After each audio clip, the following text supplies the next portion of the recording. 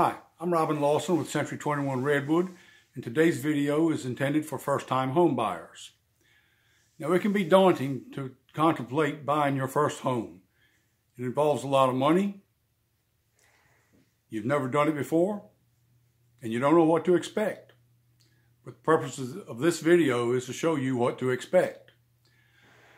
So, if you're like most people, you've been looking on the internet to find some homes, and you finally found the one that you like.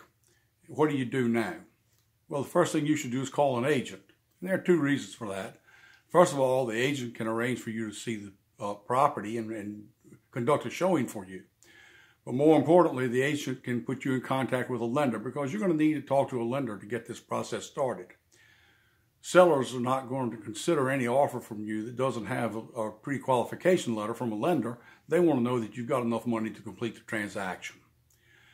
So the lender, when you talk to them, they're going to ask you some questions about how much you make, how long you've been employed, so forth. And based on what you tell them, they will give you a letter stating approximately how much home you can afford. Now, that's not a final loan approval. That's just a pre-qualification, but it gets things started for you. So once that's done, we can then begin your home search and look at some homes till you find the right one for you and make an offer. And at that point, you're going to need to make an earnest money deposit to show the seller that you are serious in following through with the transaction. Now, that money is audited by the state. It's put in an escrow account. Can't be used by the brokerage or anyone else for operating expenses. It's set aside strictly for your benefit, and you get that back at the close of the transaction that's applied to your expenses. So I'm not going to get into negotiation here. That's too long of a topic for this video. I've been negotiating contracts for over 4 decades. So this process, it can take a lot of twists and turns. But that's a topic for another video, which I'll get into in more detail.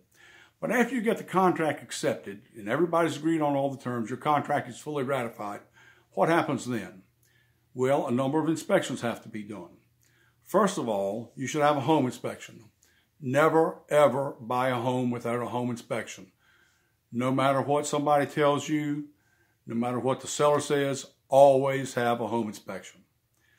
It can save you thousands of dollars later on, because if there are hidden flaws that you don't see, then once you buy the house, it's yours.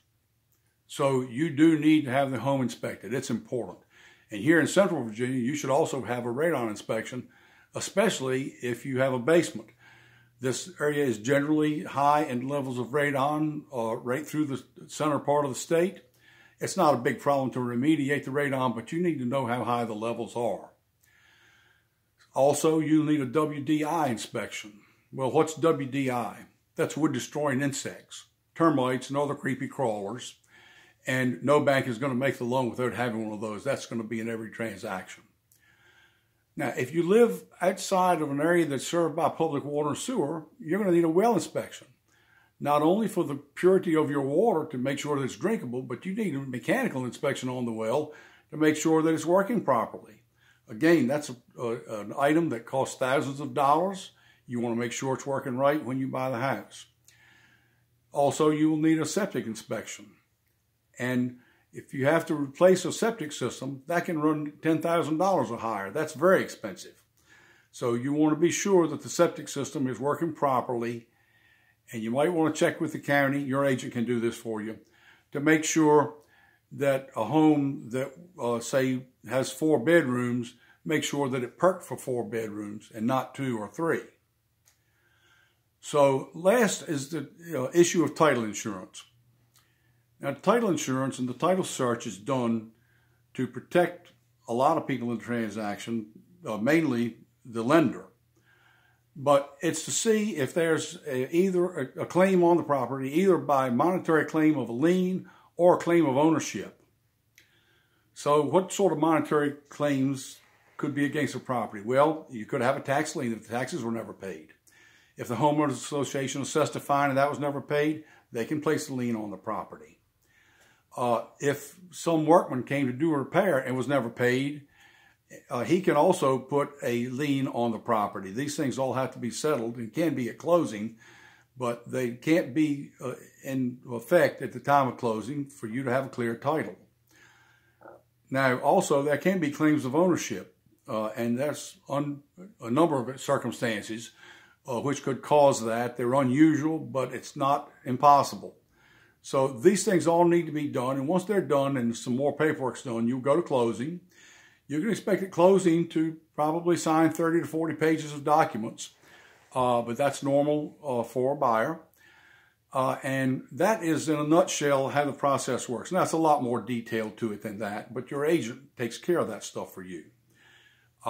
So that's it for this time. I hope this has been helpful information. If you like this, please subscribe to my channel. Just click on the subscribe button on the right, and I'll look forward to talking with you next time.